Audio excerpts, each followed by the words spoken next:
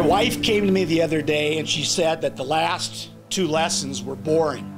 I needed to, kick it up a notch. So what I'm going to do is give a little pep talk today. I've coached for 40 years. I've done this a few times, and it's going to give you hope. And I'm going to ask you to fasten that seat belt. And this, video is going to be a little longer than most, but it's the most critical. My parents taught us a couple things. Number one, they taught us to dream big. But more importantly, they taught us to teach others how to dream big. Our own kids, everyone that I've coached. I've coached over 1,000 athletes in water polo in the last 40 years. And many of them had the dream of going to the Olympics. But I can tell you the truth, only 3 of those 1,000 athletes went to the Olympics. And I'm going to give you a little story on one of them. His name was Doug Kimball. And I'll never forget, we had a 3-year high school. They started as sophomores in high school, and it was the summer before the school started, and I was out by the pool, and the basketball coach comes out to me. He says, "Coach, I've got a player for you might be interested in. He just isn't going to make it in basketball." So I said, "Sure, I'll walk in with you." And I walked in, and to my surprise, here was a sophomore that was 6'7". So he said, "I'll send him out to you after practice." So after practice, Doug comes out and he says, "Coach, the coach in there said you want to talk to me." I said, "You bet I do. You're going to be a water polo player." And he said, "What's water polo?" I said, "You'll find out." Well, come to find out, Doug couldn't even swim. In fact, his sophomore year in high school, I had to hold his head and turn it to the side and get him to breathe. And I'd yell out, "Breathe!" and he'd cough up. 3 years later, he had a scholarship to UCLA. Now, he did grow a few inches. He was 6'9". I'm vertically challenged, so I was always looking up at Doug.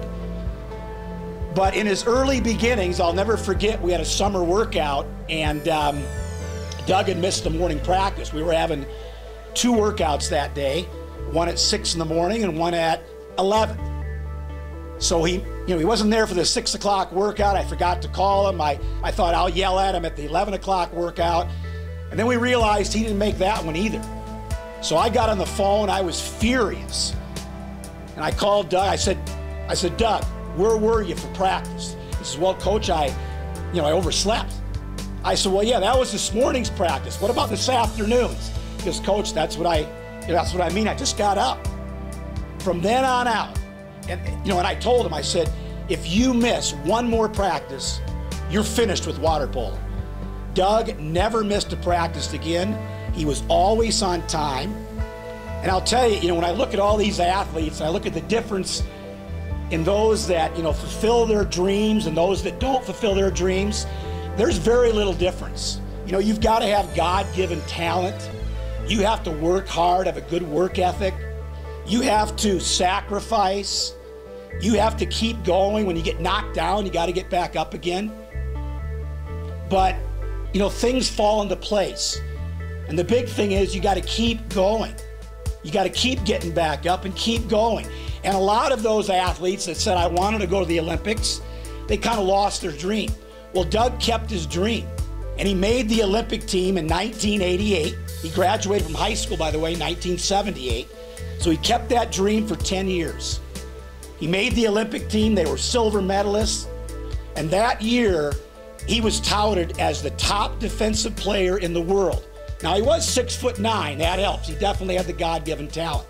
He went on 4 years later and played in the 1992 Olympics. And then 4 years later, he was going to play again.